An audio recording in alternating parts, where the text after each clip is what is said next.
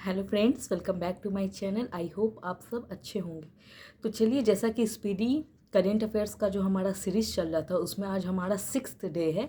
और video start करने से पहले मैं कल के जो भी लोगों ने मेरे वीडियो पे कमेंट्स दिया था उनके मैं नाम बता दूं। एक है राजनंदिनी कुमारी जी ने, दूसरे विराट कोहली नाम से जिनका भी आईडी है, उन्होंने क्वेश्चन का आंसर किया था। तो आप लोग भी इसी तरीके से क्वेश्चन का आंसर कमेंट में करें और वीडियो पे बने रहे और इसी तरीके से सपोर्ट करें जिससे आपको फ़ायदा हो और आपको चीज़ें याद हो। और आज मैं कोशिश करूँगी कि शाम 7:30 बजे मैं लाइव आऊँ, तो जो भी लोग उससे जुड़ना चाहते हैं आप लोग जुड़े। और मैं कोशिश करूँगी कि वीडियोस थोड़ा शॉर्ट हो, लॉन्ग नहीं हो, ताकि आप लोग को देखने में भी परेशानी ना हो।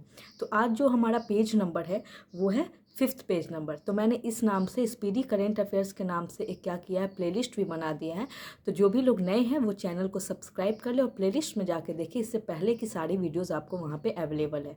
ठीक है, तो आज जो है 5th पेज नंबर में चर्चित राष्ट्रीय महिलाएं, तो इसमें सारी चीज़ें इंपॉर्टेंट है, आप एक बार गो थ्रू हो लेंगे, बट मोर इम्पॉर्टेंट जो है वो हम आपको बता देते हैं। ठीक है, दीपिका जो मिश्रा है, जो वीरता पदक प्राप्त करने वाली महिला वायु सेना अधिकारी है, इनका नाम आप बिल्कुल याद रखेंगे।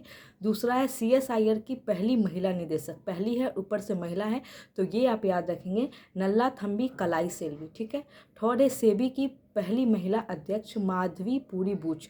तो आज का आप लोग का सवाल है कि फुल फॉर्म ऑफ सेबी और सेबी की स्थापना कब हुई थी और सेबी का मुख्यालय कहाँ है, ये आप बताइएगा। ये इंपॉर्टेंट क्वेश्चन है, हमेशा से रिपीट होता है हर एग्जाम में। फुल फॉर्म कब इस्टेब्लिश हुआ था और इसका मुख्यालय कहाँ है, ये आप कमेंट बॉक्स में बताएंगे। ठीक है, नेक्स्ट आपको चर्चित जो अंतर्राष्ट्रीय महिलाएं, इसमें आप सभी देख लेंगे, राष्ट्रीय महिलाएं में सब इंपॉर्टेंट है, ये तीनों थोड़ा ज़्यादा इंपॉर्टेंट था। और जो चर्चित अंतर्राष्ट्रीय महिलाएं हैं उसमें आप देखेंगे, विश्व मौसम विज्ञान संगठन की पहली महिला महासचिव सेलेस्टो सैलो, ये इंपॉर्टेंट है। ठीक है, क्योंकि ये पर्यावरण एवं पारिस्थितिकी से भी रिलेट करके आपको पूछ सकता है। ठीक है, दूसरा है आपको सऊदी अरब की पहली महिला अंतरिक्ष यात्री, ठीक है, रेयाना बड़नावी। ये क्वेश्चन इससे पहले पूछा जा चुका और फिर पूछा जाएगा। ठीक है, और नेक्स्ट आप याद करेंगे कि UAE की पहली महिला अंतरिक्ष यात्री नौरा अल मतरूसी। तो ये भी इम्पॉर्टेंट क्वेश्चन है और इसको आप याद रखेंगे। और बाकी सबको एक बार जो जैसे कि WTO की पहली महिला महानिदेशक नागोंजी ओकोंजो इवेला। ठीक है, तो इनको भी आप याद रखेंगे। बाकी सब से एक बार गो थ्रू होंगे, जो 4 मैंने बताया है उससे आप अच्छी तरीके से गो थ्रू होंगे। ठीक है, नेक्स्ट आपको देखें तो कंट्री कैपिटल है। ठीक है, तो कंट्री कैपिटल आप देख लेंगे, क्योंकि एक अभी आप जैसे कि देख रहे होंगे कि बिहार दरोगा का एक ट्रेंड रहा है कंट्री कैपिटल का एक क्वेश्चन PT और मेंस में पूछने का। तो इसमें कुछ आप इम्पोर्टेंस छाट ही नहीं सकते हो। जो कंट्री आपको इंटरनेशनल न्यूज़ में अभी बनी हुई है खासकर, जैसे कि इज़राइल है, आपको यूक्रेन है, रसिया है, फ़िलिस्तीन है, ये सारी चीज़ों जो है, ठीक है, ये सारे कंट्रीज़ आपको, ईरान है, इराक है, मालदीव्स है, सेशल्स है, जो भी इस तरीके के कंट्रीज़ किसी न किसी मुद्दे को लेकर जो न्यूज़ में बनी हुई हैं, तो उनका आप खास करके याद रखेंगे कि उनका कंट्री कैपिटल आप याद रखेंगे। नेक्स्ट मैं लेती हूँ ताकि ये बुक जल्दी ख़त्म हो, क्योंकि इस बुक में बहुत सारी चीज़ें हैं। ठीक है, तो नेक्स्ट पेज नंबर 6 है। 6 में आपको कुछ कंपनी और उसके CEO के नाम दिया गया है। ठीक है, तो इसमें आपको एक ट्विटर का आप CEO याद रखेंगे जो कि लिंडा याकारिनो है। नेक्स्ट आपको FSSAI, तो इसका फुल फॉर्म बताएंगे, जिसका फसाई भी हम लोग बोलते एक तरीके से उच्चारण के तौर पे, तो गंजी कमला वी राव। और नेक्स्ट है आपको OpenAI के CEO सैम ऑल्टमैन। ठीक है, और OpenAI के आप स्पेसएक्स के तो जानते हैं कि एलोन मस्क है, तो OpenAI का याद कर लेंगे कि कौन है। दूसरा FSSAI का, तीसरा ट्विटर का। ये तीनों इंपॉर्टेंट है, बाकी चीज़ें इतनी इंपॉर्टेंट नहीं है।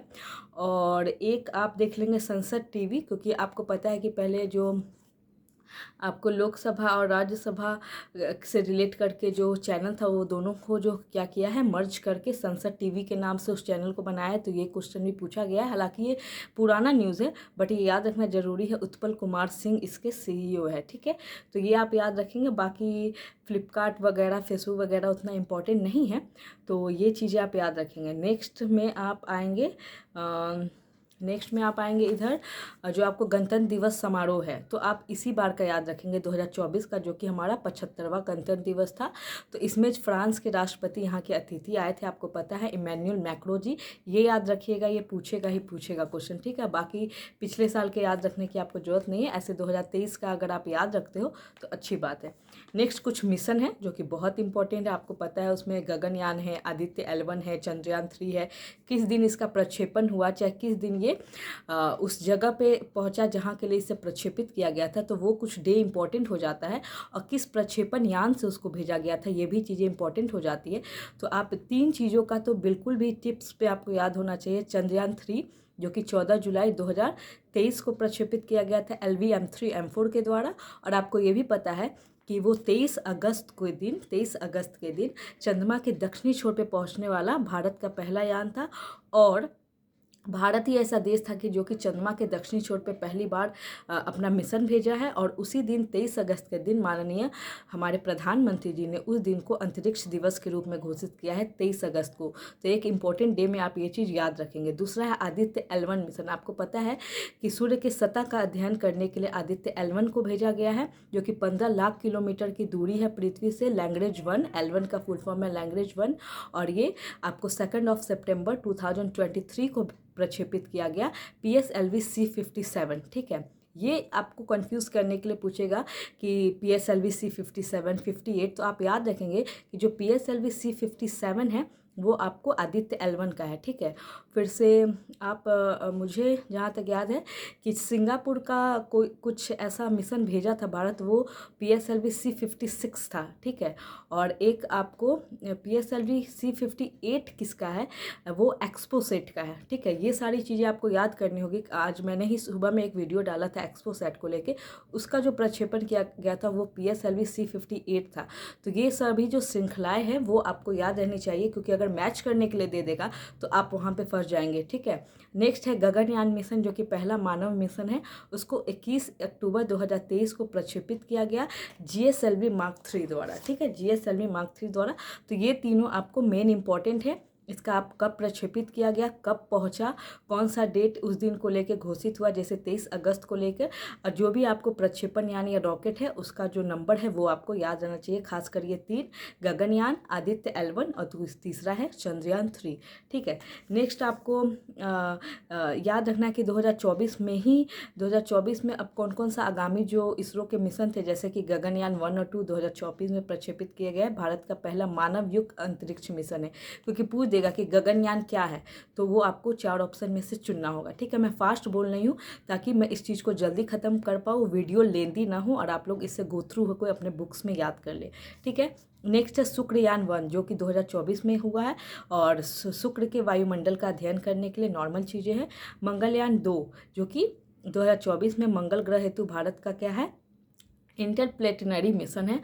और चौथा है निसार 2024, जो कि पृथ्वी की निगरानी हेतु नासा और इसरो का संयुक्त मिशन है। तो ये क्वेश्चन पूछा है कि निसार किन किन देशों द्वारा मिलकर मतलब कि इस मिशन को शुरू किया गया। तो आप याद रखेंगे कि ये सिर्फ इसरो का नहीं है, ये आपको नासा का भी है, ठीक है। तो ये चीज़ें आप दिमाग में बिल्कुल याद रखेंगे। छोटी छोटी चीज़ें हैं लेकिन एग्जाम में इसी से कन्फ्यूज़न क्रिएट होता है, ठीक है। और एक चीज़ आप और बताएंगे मुझे कि मंगलयान जो फर्स्ट था वो किस ईयर में प्रक्षेपित किया गया था। ये तो मंगलयान 2 है, तो आप फर्स्ट का भी नाम याद रखेंगे, हो सकता है कि कनेक्ट करके क्वेश्चन पूछ दे, ठीक है। चलिए नेक्स्ट है हमारा बाघ गणना रिपोर्ट। तो बाघ गणना इंपॉर्टेंट है, बिहार के परिप्रेक्ष्य में भी पूछता है और ऐसे भी पूछता है। तो सबसे पहले आप याद रखेंगे कि जारी कौन करता है, जो बाघ गणना रिपोर्ट है आखिर वो कौन सी संस्थान जारी करती है। तो भारतीय वन्य जीव संस्थान द्वारा जारी किया जाता है। और 29 जुलाई को बाघ दिवस मनाते हैं, ये आप लोगों को पता है, ठीक है। अभी भारत में बाघों की कुल संख्या 3682 है, 3682, ठीक है। ये आप याद रखेंगे। और जो पॉइंट जो इसमें इंपॉर्टेंट है वो मैं आपको बता दे रही हूँ। नेक्स्ट आप याद रखेंगे कि भारत में जो हमारा मध्य प्रदेश राज्य है वहाँ पे सबसे ज़्यादा भारत है, जो कि पूरे विश्व का 75% बाघ आपको मध्य प्रदेश में ही पाया जाता है, ठीक है। और सबसे ज़्यादा बाघ अगर किसी रिजर्व में अगर बात करेंगे तो आपको जिम कॉर्बेट नेशनल रिजर्व है, ठीक है, जो कि उत्तराखंड में है, तो उसमें पाया जाता है, ये आप याद रखेंगे। और तीसरा आप याद रखेंगे कि बिहार में बाघों की संख्या 2018 में 31 थी, जो कि अब 2022 में बढ़ के 54 हो गई है। तो ये बीपीएससी वाले स्टूडेंट्स के लिए इंपॉर्टेंट है, क्योंकि इस तरीके का क्वेश्चन बीपीएससी में ही पूछता है, ठीक है। तो ये पेजेस मैंने आपको जो 5th और 6th नंबर पेज है वो मैंने बहुत ही जल्दी में कंप्लीट करा दिया, इंपॉर्टेंट चीज़ें बता दी है। और मैं क्या कर रही हूँ कि अगर मैं 2 सब्जेक्ट को लेकर चलना चाहती हूँ, तो कल से कोशिश रहेगी कि लूसेंट का भी मैं जियोग्राफी से, जो भारत का भूगोल है, इंडियन जियोग्राफी से एक वीडियो लाऊंगी। कोशिश करूँगी कि 10 मिनट तक का वीडियो हो, ताकि लेंदी ना हो, और उसमें थोड़ा, इसमें तो फास्ट बोल रही हूँ, उसमें थोड़ा धीरे बोलूँगी ताकि चीज़ें समझ में आएंगी। और जो भी चीज़ें तो देखिए बुक में दी ही है, ये आप भी पढ़ के इस चीज़ को समझ सकते हैं। लेकिन जो नए स्टूडेंट हैं, जिनको ज़्यादा इस चीज़ के बारे में पता नहीं है, वो क्या करेंगे, एक तो सारी चीज़ें याद कर लेंगे, और ऊपर से उनको ये नहीं पता रहेगा कि इम्पोर्टेंट चीज़ क्या है, या वो किसी इस चीज़ से किसी और इन्फॉर्मेशन को रिलेट नहीं कर पाएंगे। तो मैं इसलिए बोलती हूँ कि इससे जो भी चीज़ें निकलती है वो मैं आप लोगों को बता पाऊँ। तो आप लोगों को ये वीडियो कैसा लगा, आप लोग कमेंट में बताइएगा कि क्या मैं लूसेंट का कल से लाऊँ। ऐसे मैंने अपने कम्युनिटी में पोस्ट किया, आप लोग वहाँ पे जाके येस या नो में आंसर देंगे। वैसे तो मैं लाऊंगी कोर्स, लेकिन मैं फिर भी जानना चाहती हूँ कि कितने लोग इस चीज़ से सहमत हैं। तो अगर आपको मेरा वीडियो अच्छा लगा हो तो इसे लाइक करें, शेयर करें और सब्सक्राइब करें। और एक बात और, आज मैंने अपने कम्युनिटी में अभी जस्ट पोस्ट किया है, आप लोग देखना कि अभी पूरे भारत में, एक तरह से पूरे विश्व में देखें तो पानी का जो जल संकट है वो कितना ज़्यादा गहराते जा रहा है। और बिहार की 40 से ऊपर जो छोटी मोटी नदियाँ हैं वो सूखते जा रही है। तो इस चीज़ों के भी ऊपर, छोटे छोटे टॉपिक्स के ऊपर मैं रेगुलर वीडियो लाऊंगी। आप लोग उस कम्युनिटी को जाके पढ़ें और सोचें कि आखिर क्या है, क्यों है ऐसा। जिन लोगों को भी जो भी कुछ इस बारे में ये है, जो भी अपनी राय रखना चाहते हैं, तो वो कम्युनिटी में ज़रूर बताएं। तो चलिए इसी तरह मेरे साथ बने रहिए। Thank you.